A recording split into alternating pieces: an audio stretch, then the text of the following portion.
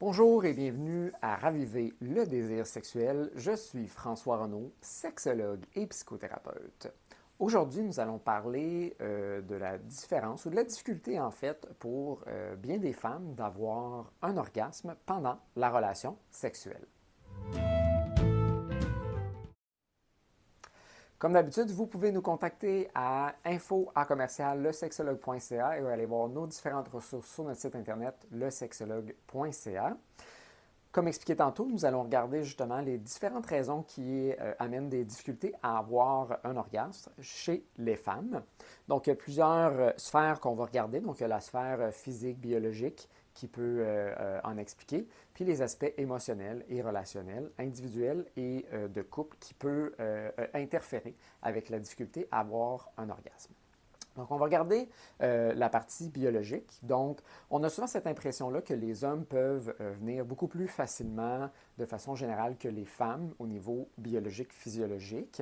Mais ce qu'on réalise, en fait, c'est que c'est souvent quand une femme se masturbe et qu'elle se stimule le clitoris, le délai, en fait, ou la durée de la masturbation est somme toute assez similaire que celle des hommes. Donc, il y a des raisons effectivement biologiques, mais ce n'est pas parce qu'on est un homme ou une femme, mais c'est peut-être plus la manière qu'on se stimule ou quelle partie en fait on se stimule. Donc, chez l'homme, on va généralement stimuler le pénis et le gland, soit en montant et en descendant le prépuce, ou tout simplement avec notre doigt, si on est circoncis, stimuler en fait le gland. La composante au niveau de la femme qui est la même composante que le pénis, c'est en fait le clitoris. Donc le clitoris, c'est un mini-pénis ou le pénis, c'est un clitoris plus gros. Donc si on ne stimule pas en fait cette section-là du corps, il est beaucoup plus difficile d'avoir un orgasme s'il n'est pas directement stimulé. Donc, si par exemple je fais une pénétration, il n'y a pas une stimulation directe du clitoris, les chances sont que ça va être plus difficile pour la majorité des femmes d'être en mesure d'avoir un orgasme. D'ailleurs, en fait, les études démontrent que entre, je pense, 75 et 85 des femmes ont besoin d'une stimulation par le clitoris pendant ou pas pendant la pénétration pour avoir un orgasme. C'est un peu l'équivalent de, par exemple, stimuler le scrotum chez un homme. C'est très agréable, mais ça ne veut pas nécessairement dire que je vais être en mesure ou que la majorité des hommes vont être en mesure d'avoir un orgasme de cette façon-là. Et donc, le clitoris, s'il n'est pas stimulé, on fait juste une pénétration vaginale, les chances d'avoir un orgasme, c'est à peu près les mêmes chances que de stimuler en fait le scrotum pendant vraiment longtemps. Le scrotum et le vagin ne sont évidemment pas les mêmes structures, mais c'est un comparatif qu'on pourrait y faire, qu'on pourrait y faire à ce moment-là. Donc, il y a certainement une structure interne du clitoris qui peut être stimulée par une pénétration. Par contre, pour le stimuler, ça nécessite une pression. Et donc, le va-et-vient typique qu'on va retrouver dans la pénétration ne va pas nécessairement aller mettre une pression sur les parois en fait vaginales. On va plus parler d'un glissement en fait à l'intérieur. Et donc, la partie interne du clitoris n'est pas réellement stimulée. C'est pour ça que, par exemple, insérer des doigts avec un crochet et mettre de la pression là, sur les parois vaginales, typiquement vers le haut si la femme elle est couchée, va davantage être stimulant pour une majeure partie des femmes ou un vibrateur, par exemple, qu'on va insérer à l'intérieur qui va vibrer et aller chercher justement une stimulation à l'intérieur à l'intérieur de la structure en fait du clitoris, plus de chances d'aller stimuler la structure interne du clitoris de cette façon-là. Par contre, les hommes, on n'a pas des pénis vibrants et on n'a pas nécessairement, contrairement à nos doigts, la capacité d'aller mettre une pression dans les parois vaginales, donc plus difficile d'aller stimuler. Ça ne veut pas dire que la pénétration n'est pas intéressante et agréable pour les femmes. Mais au niveau de l'excitation sexuelle, donc de la réponse physiologique, oui, ça peut créer une excitation, ça peut être stimulant, ça peut être agréable, mais de là à monter cette excitation-là à un niveau assez élevé pour atteindre l'orgasme, chez la majorité des femmes, elles ne seront pas en mesure d'atteindre l'orgasme. Donc ça, c'est un peu la réponse, si vous voulez, physiologique, biologique. Donc certaines femmes, dû à leur connaissance de leur corps, de leurs muscles, en fait, vaginaux, pelviens, sont en mesure, et par un certain mouvement, de contracter, en fait, l'intérieur du vagin. Certains mouvements, certaines postures vont aller stimuler ça et donc vont leur permettre d'avoir un orgasme. ou par la posture, en fait, le pubis ou une section, en fait, du corps va stimuler indirectement le clitoris et vont être en mesure d'avoir un orgasme. Mais ce n'est pas, comme je l'ai dit depuis tantôt, la majorité des femmes qui sont en mesure de faire ça. Et c'est pourquoi la majorité des femmes vont venir soit par un cunnilingus ou la masturbation manuelle avec les mains, soit par eux-mêmes pendant la pénétration, par leur partenaire, avant ou pendant ou après la pénétration. Donc ça, c'est une, je veux dire, limitation, si vous voulez, que pendant une pénétration, il est beaucoup plus difficile d'avoir un orgasme s'il n'y a pas une certaine forme de stimulation clitoridienne, soit extérieure ou intérieure avec un objet, par exemple, qui vibre, ou avec son corps qui va aller frotter ou qui va mettre une pression. Donc, certaines personnes, par exemple, dans une posture missionnaire, vont aller peser, en fait, vont créer une pression sur le clitoris et vont aller stimuler de cette façon-là. Donc, posez-vous la question, est-ce que votre clitoris est vraiment, en fait, stimulé?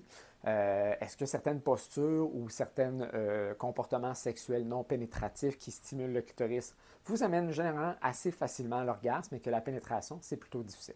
Puis on a beaucoup, en fait, glorifié la pénétration comme étant le moyen d'atteindre l'ultime plaisir, du moins physiologique. Et donc, malheureusement, chez les femmes, ce n'est pas nécessairement le cas. Par contre, comme je l'ai dit, il y en a qui ont cette possibilité-là, ont trouvé des moyens justement de se stimuler durant la pénétration pour avoir un orgasme, mais il ne faut pas se sentir mal. Donc, cette dichotomie-là, en fait, vient principalement, malheureusement, d'un ancien collègue que vous connaissez peut-être le nom. Il s'appelait Sigmund Freud, donc un des premiers psychologues, un des pionniers, en fait, de la sexologie, avait, en fait, considéré qu'une pénétration vaginale, un orgasme vaginal, était beaucoup plus mature, tandis qu'une stimulation clitoridienne qui menait à l'orgasme était une forme d'immaturité sexuelle. Bon, hein, il vient de son époque, on a changé, on a évolué, on a fait des recherches, on a réalisé que ça ne fitait pas vraiment dans nos nouvelles mœurs sexuelles et dans les nouveaux rôles de genre qu'on a et de la préoccupation, de l'importance maintenant qu'on accorde au plaisir féminin. Donc, il n'y a pas de différence, même au niveau physiologique, on l'a réalisé, qu'on ait un orgasme pendant la pénétration ou sans la pénétration. Physiologiquement, la réaction du corps, des muscles, sont somme toute similaires entre ces deux orgasmes-là. Mais en réalité, probablement que tous les orgasmes, elles sont à la base clitoridiennes. C'est juste qu'il y en a qui sont stimulés autrement, soit directement à l'extérieur ou plus à l'intérieur. Ce qui peut par contre expliquer que certaines femmes vont sentir une différence dans un orgasme vaginal et dans un orgasme clitoridien où on va le stimuler à l'extérieur. Donc, le clitoris a à peu près 8000 nerfs dans son petit bout qui sort à l'extérieur. Et donc, quand on stimule le clitoris, il y a des sensations très fortes qu'on peut ressentir. Parfois même, ces sensations-là peuvent être tellement fortes qu'elles sont plutôt désagréables. Donc, il y a une surstimulation du clitoris. Et ce qu'on va aussi remarquer, c'est que quand on stimule directement le gland, que ce soit chez l'homme ou chez la femme, l'excitation va monter plus rapidement. Et cette montée-là plus rapide peut donner quand même un certain niveau de plaisir, mais le fait que ça monte rapidement, l'orgasme va peut-être être moins intense ou du moins plus canalisé au niveau des organes génitaux. Tandis que quand on stimule plus lentement, ce qu'on va retrouver davantage plus dans une stimulation indirecte du clitoris interne, va davantage amener à une montée lente, en fait, de l'excitation jusqu'à l'orgasme et va peut-être donner cette impression-là d'avoir un orgasme qui est beaucoup plus puissant, intense, interne. Mais c'est plus comment je suis en train d'utiliser mon corps pour augmenter ma stimulation et probablement le fait que j'ai une certaine fluidité à ce moment-là, j'ai moins de contraction, permet en fait une diffusion du plaisir, de l'excitation à travers partout du corps, versus quand je me stimule plus au niveau du clitoris et de façon peut-être plus intense, ou du moins que c'est plus directement sur les nerfs, eh bien mon orgasme va peut-être être très plaisant, mais peut-être plus écourté et moins diffusé dans le corps. Donc ça, c'est une raison aussi physiologique qui pourrait expliquer cette différence-là entre un orgasme vaginal et clitoridien. On va plus parler en fait comme je disais, que l'orgasme, il est toujours clitoridien, mais comment en fait je vais aller stimuler le clitoris peut avoir par contre une influence sur le plaisir que ça va me procurer. Ensuite, il faut regarder les autres éléments plus individuels, psychologiques, émotionnels qu'on peut avoir. On ne se le cachera pas, hein, on ne glorifie pas l'excitation, le plaisir sexuel ou juste tout simplement la sexualité chez les femmes. Il y a beaucoup de culpabilité pour les femmes d'avoir du plaisir, d'avoir du désir. Même si aujourd'hui, avec les mouvements féministes, avec les mouvements de notre société par rapport à la sexualité féminine, il y a eu des changements. On fait davantage plus la promotion de ça. Nos valeurs et nos mœurs judéo-chrétiennes, religieuses et autres, qui avaient tendance à voir ça comme un péché, avaient tendance à voir ça comme étant plus dégradant chez les femmes, le slut-shaming qu'on peut encore même retrouver aujourd'hui, joue encore dans la tête de plusieurs femmes pendant la sexualité et ne se sentent pas complètement libres de ressentir et de profiter de ce plaisir-là. Hein, on va beaucoup socialiser les femmes à donner, juste de façon générale, mais aussi dans la sexualité, d'être à la demande ou à la réponse, en fait, du désir masculin. Ce qui fait que quand les femmes se retrouvent, même avec des partenaires qui sont eux-mêmes très généreux à leurs égards, vont peut-être avoir de la difficulté à recevoir. Elles ne sont pas habituées, elles ne sont pas éduquées de cette façon-là. Et même si le discours qu'on a reçu de notre entourage, c'était celui de quelque chose de plus positif à l'égard de la sexualité des femmes, on reçoit aussi plein d'autres messages, en fait, de notre société qu'on va intégrer aussi de façon plus subtile ou même inconsciente, qui vont influencer, malheureusement, négativement la sexualité chez les femmes, tout comme on reçoit des messages négatifs pour les hommes aussi, ils sont juste différents. Et donc ça aussi, ça va jouer sur ma capacité de me sentir à l'aise, d'être caressé, stimulé par un partenaire pour atteindre l'orgasme. Je vais peut-être avoir une certaine pression aussi d'obtenir un orgasme rapidement, dans le sens où je ne veux pas que mon partenaire se tanne, trouve ça trop long, qu'il n'a pas de plaisir finalement pendant l'acte sexuel. Et donc, il y a une pression en fait de s'exciter rapidement à ce niveau-là. On a souvent cette idée-là que les femmes, hein, ça prend plus de temps. Donc là, on a cette pression-là que ça ne devrait pas prendre trop de temps. Donc, toutes ces idées-là qu'on a en tête, ce dialogue-là interne, joue finalement sur notre capacité à être connecté à son corps, prendre plaisir à ce qui se passe, de ne pas être dans un état émotif plutôt péjoratif, mais dans un état plus plaisant, bien, ça va tout ralentir le processus de l'excitation sexuelle aussi. On peut aussi sentir, pour bien des femmes, me rapportent en clinique, que quand leur partenaire les stimule, ils n'ont pas toujours l'impression que leur excitation ou leur plaisir, il est vraiment pour elles. Elles ont souvent l'impression qu'elles doivent s'exciter, avoir du plaisir, avoir un orgasme, pour rassurer en fait leur partenaire. Et donc, non seulement il y a une pression de venir vite pour que ça ne soit pas plate pour l'autre, mais aussi il faut s'exciter et avoir un orgasme relativement rapidement parce que notre partenaire se sent insécure ou incompétent si ça ne se passe pas assez rapidement ou si l'orgasme n'arrive pas. Parce qu'on va avoir aussi éduqué les hommes que l'orgasme, c'est hein, l'ultime sensation sexuelle. Et on a souvent l'impression aussi que les femmes recherchent ça. Donc, il y a une grande pression pour les hommes, dans des couples hétérosexuels, de donner aussi un orgasme. Et donc, leur identité masculine, leur virilité, qui est autant renforcée par les hommes, les médias, les femmes et leurs partenaires, que c'est eux aussi qui doivent être en mesure de donner aux femmes un orgasme. Et donc, toute cette pression-là, ce stress-là, cette anxiété-là, ces insécurités-là, qui sont vécues par le partenaire qui stimule sa conjointe pendant l'acte sexuel, bien, la conjointe peut sentir aussi toute cette pression-là de devoir rassurer en fait sexuellement leur partenaire. Donc, nous, les hommes, on a plus tendance à devoir rassurer les femmes par rapport à leur apparence. C'est souvent ça, en fait, qui va ressortir, malgré que les femmes aussi cherchent à être compétentes sexuellement, mais leur désirabilité socialement, elle est souvent associée à leur apparence physique. Et donc, la pression est beaucoup mise au niveau du corps. Tandis que les hommes, c'est beaucoup au niveau de leurs compétences. Et parfois, les femmes ressentent cette insécurité-là, cette pression-là, et donc veulent rassurer leur partenaire. Et donc, ce n'est pas rare que les femmes, pendant qu'ils sont en train de recevoir du sexe oral, un cunnilingus, se font stimuler manuellement ou pendant la pénétration, ressent le besoin de s'exciter rapidement pour s'assurer que l'autre ne se sente pas mal par rapport ou suite à la relation sexuelle.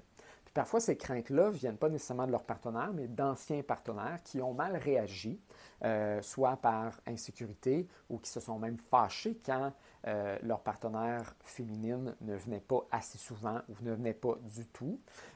Et donc maintenant, ces femmes-là ont appris que, OK, bien là, faut que je m'excite, puis il faut que ça soit vite, puis il ne faut pas que ça soit trop long, puis il ne faut pas que ça soit plate pour l'autre. Et donc, tout ce discours-là interne de pression, de venir rapidement, de que ça ne soit pas long et plate pour l'autre, que l'autre, finalement, il a besoin aussi de se rassurer, mais ça ne donne pas cette impression-là que c'est mon plaisir, c'est pour que moi, je puisse en profiter, c'est plus parce que l'autre a besoin de se faire rassurer. Donc, tout le monde sent beaucoup d'insécurité, de pression par rapport à la sexualité. Et donc, la motivation et l'intention qu'on a quand on se fait stimuler, quand on reçoit des stimulations, et l'intention qu'on perçoit aussi chez notre partenaire, donc le mind mapping qu'on fait de l'autre, de est-ce que je sens que l'autre est patient, s'amuse, prend plaisir, aime ce que ça goûte, qu'est-ce que ça sent, les différentes sécrétions qui peuvent sortir, ça ne les dérange pas, ça les excite et tout ça. La vision de qu'est-ce qu'une vulve a de l'air. Est-ce que j'ai une vision positive de mon corps, de mes organes génitaux,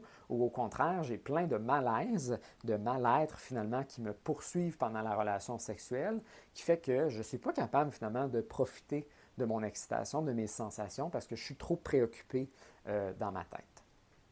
Donc, il y a des enjeux ici qu'on voit qui sont parfois relationnels, parfois qui sont émotionnels et psychologiques, plus individuels. Donc, si j'ai un mauvais rapport aussi à mon corps, je ne vais peut-être pas aimer me faire toucher, qu'on me regarde de proche au niveau des organes génitaux, qu'on ait accès à l'odeur de ma vulve, qu'on ait accès au goûter aussi de ma vulve. Donc, si je suis toujours en train de penser par rapport à ça, on a beaucoup d'entretien aussi au niveau du poil pour les femmes. Donc, est-ce que je suis assez rasé, pas assez rasé? Est-ce que j'ai la bonne forme qui reste sur mon poil, etc. Est-ce que ça dérange mon partenaire? Est-ce qu'il goûte à mon poil? Blablabla. Bla, bla, bla, bla.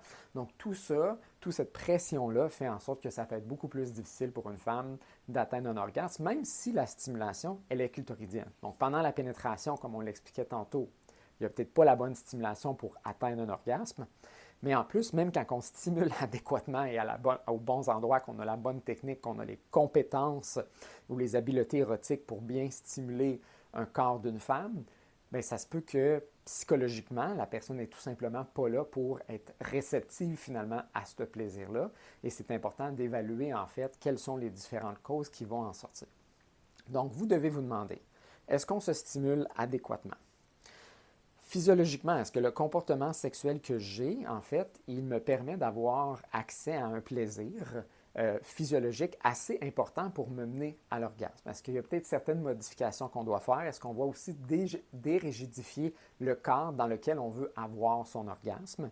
Est-ce qu'on met peut-être aussi trop d'importance à en avoir un? Donc, cette pression-là de devoir en avoir un crée le fait qu'on n'en a pas. Est-ce que justement je suis bien dans mon corps? Je sens que mon partenaire aussi est confortable, sécure dans sa sexualité, dans ses compétences sexuelles, que ce soit un homme ou une femme ici, dans cette circonstance-ci, ou au contraire, je sens que finalement je dois rassurer mon partenaire avec des réactions physiologiques que mon corps devrait avoir, entre guillemets, mais que je ne suis pas en mesure de produire assez rapidement, voire pas du tout. Et donc, si ces éléments-là viennent nuire à votre sexualité, mais c'est important de peut-être, comme je disais, recadrer, changer certaines choses. Si vous voyez que c'est une difficulté qui persiste, eh bien, les sexologues, c'est exactement pourquoi on est là, c'est de vous aider à creuser et bien identifier ces différents enjeux-là. Parfois, la manière aussi qu'on se masturbe ne peut pas être reproduite par la sexualité par la suite. Donc, il y a des femmes, par exemple, qui vont se croiser les jambes, vont se tenir vont être très tendues au niveau des jambes, des fesses, vont stimuler très rapidement ou d'une certaine façon leur clitoris, qui peut être parfois difficile aussi d'être reproduit par l'autre partenaire. Fait qu'il peut y avoir toute une évaluation au niveau du style ou du mode d'excitation sexuelle ou masturbatoire et comment celui-ci se transmet ou pas finalement dans une relation sexuelle à deux. Donc, est-ce qu'il y a des enjeux au niveau relationnel, au niveau personnel, individuel, psychologique, émotionnel? Donc, prenez le temps de tout vous questionner par rapport à ça, que vous soyez un homme ou une femme, comment vous contribuez potentiellement à cette situation-là, puis comment on peut, en recadrant certaines choses, en modifiant certains comportements, on arrive finalement à prendre beaucoup plus plaisir et s'amuser ensemble. Et encore une fois, il ne faut pas oublier que la présence, la complicité, le plaisir qu'on partage est beaucoup plus intéressant, satisfaisant que d'avoir ou pas un orgasme. Parce que dites-vous qu'un orgasme, ça dure entre 6 et 20 secondes. Et je dis ça pour les hommes et pour les femmes. Si le seul plaisir que vous avez, que votre baromètre est situé par rapport à l'obtention de votre orgasme, puis que c'est juste à la fin que vous avez ce plaisir-là, cette satisfaction-là, mais que le reste, en fait, vous ne le regardez pas ou n'est pas vraiment considéré dans votre satisfaction, mais ça peut être aussi une autre raison qui fait que l'orgasme n'est pas nécessairement au rendez-vous. Parce que peut-être le précédent n'est pas si le fun que ça. Puis c'est plus cette partie-là qu'il faut regarder que juste la finalité qu'on associe beaucoup à l'orgasme, qui est en fait le réel problème. Les gens, en fait, qui vont rapporter un haut niveau de satisfaction, ce n'est pas nécessairement les gens qui ont des orgasmes les plus forts ou les plus longs ou le plus souvent. Ce sont souvent les gens, en fait, qui vont davantage être dans un bien-être psychologique, émotionnel et relationnel avec leur partenaire, puis qui vont profiter de tout l'acte sexuel, de la séduction à l'initiation, au premier comportement sexuel jusqu'à la fin où ce que ça va se terminer, que ça soit avec, sans pénétration, avec ou sans orgasme. Merci encore d'avoir écouté le podcast Raviver le désir. Je suis François Renaud, sexologue et psychothérapeute. Vous pouvez toujours nous rejoindre à info@lesexologue.ca ou aller voir nos différentes ressources et nos professionnels au site web lesexologue.ca.